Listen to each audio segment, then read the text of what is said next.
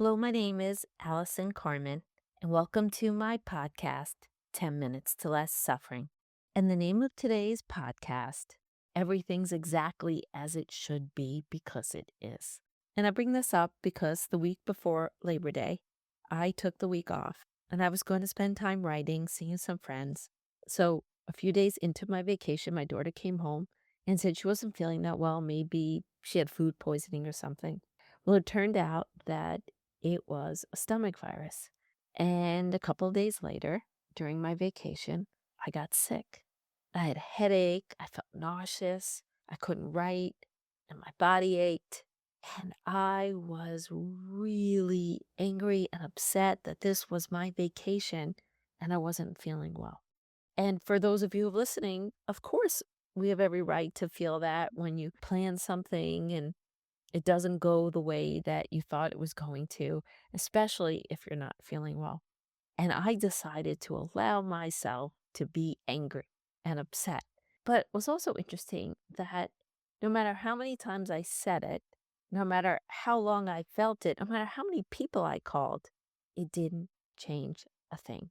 And I allowed myself to do this for 2 days. And again, yes, I had every right to do it, but it got me nowhere. After the first couple of times that I said it, that I allowed myself to process my feelings, beyond that, I was just resisting what life was giving me. I was resisting the moment. And yes, we have every right to resist the moment, but for me, that state of resistance created so much more pain. I kept sitting by my computer trying to resist it, going outside, trying to write. I was not well. I needed to lie down and just rest, maybe watch a couple of shows, and that is what life gave me on my vacation. And after those 2 days, I realized this, and I went into non-resistance. And it wasn't my preference. I wasn't jumping around my apartment dancing, happy I was ill, but when you don't resist, there's a level of acceptance that creates a peace. And peace is a type of joy and happiness. And I think sometimes we're always thinking that joy and happiness is when we get what we want, when we get the dream, when life's going the way that we thought. And we forget that the peace that we get from non resistance is probably the best feeling of them all because it's being at peace with the moment, being at peace with what's ever happening in our lives. And if we're non resistant and life has joy and happiness and goals, that's beautiful. But if we're in non resistance when life doesn't go our way, yes, we will feel the sadness. Yes, we will feel the pain.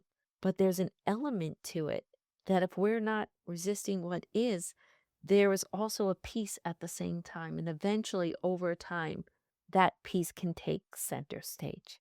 And it's such a profound way to live when we align with everything that's happening. And when I finally did that, did I expect to be lying in my bed watching reality TV? No. But at least I had peace with it. At least I wasn't in the pain of saying this shouldn't be happening. Why is this happening? At least I wasn't going down a bottomless pit of whining and complaining, which was zapping my energy. Eventually, I was able to let it go and say, life is not giving me the space and time right now to write. And then the most magical line of them all is everything's exactly as it should be because it is. And that's the ultimate line that when we get to that, the story's gone. The story of this shouldn't be happening, the story of anything because you just merged with life. Here we are. So I was like, okay, I'll watch some TV.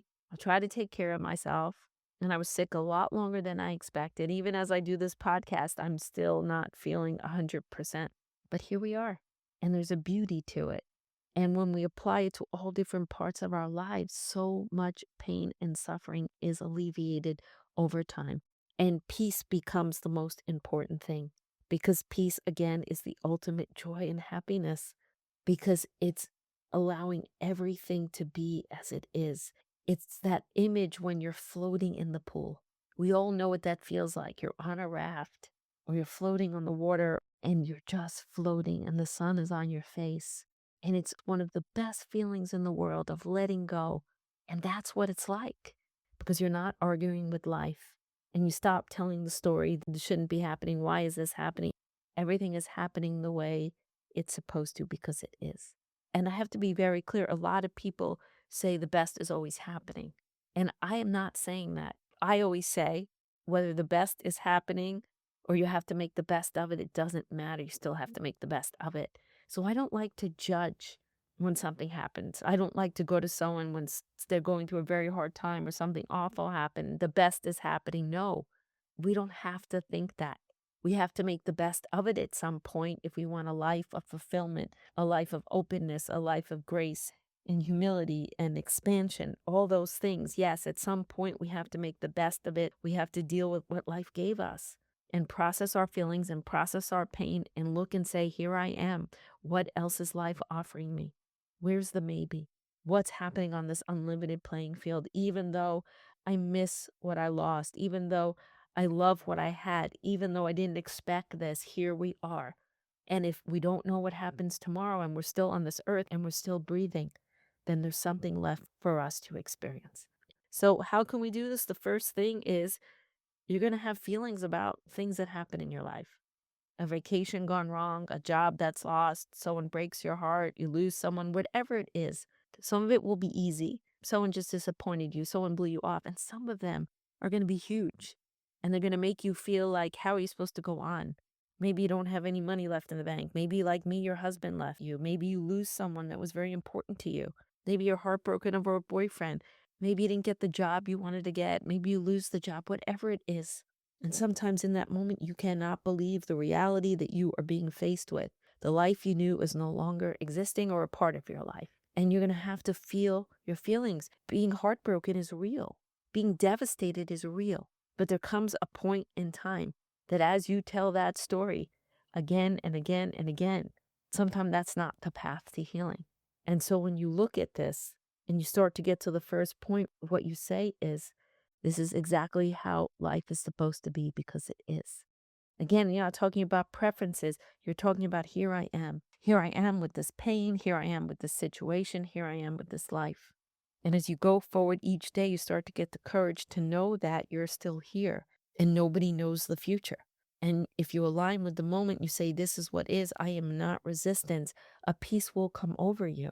It's not a peace beyond the heartbreak. It's a peace that you're not in conflict with your daily life. And you're not in conflict when you go walk down the block, when you go get a glass of water, when you go get a cup of coffee. You're more aligned in the moment, even though you're feeling the heartbreak. So you know everything is as it's supposed to be because it is.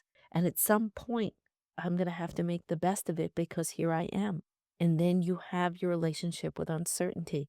If you believe that the unknown future is your best friend, because if you want your life to change, it has to happen there.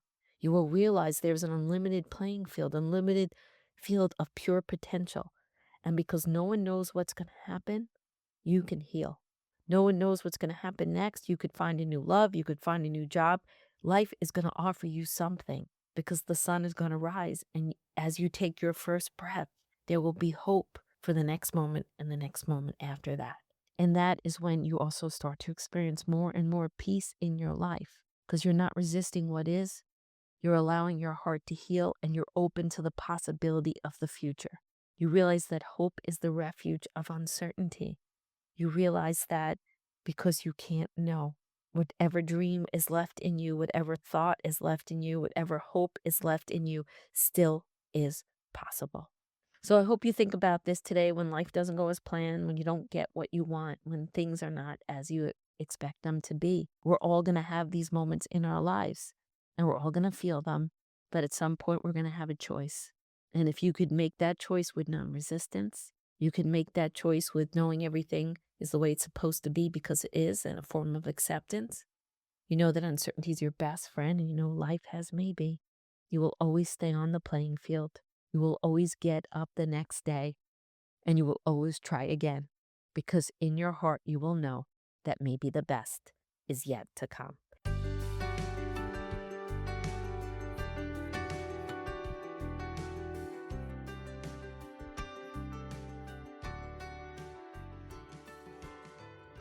Thank you for listening to this podcast today. If you'd like to get in touch with me, you can email me at allison@allisoncarmen.com.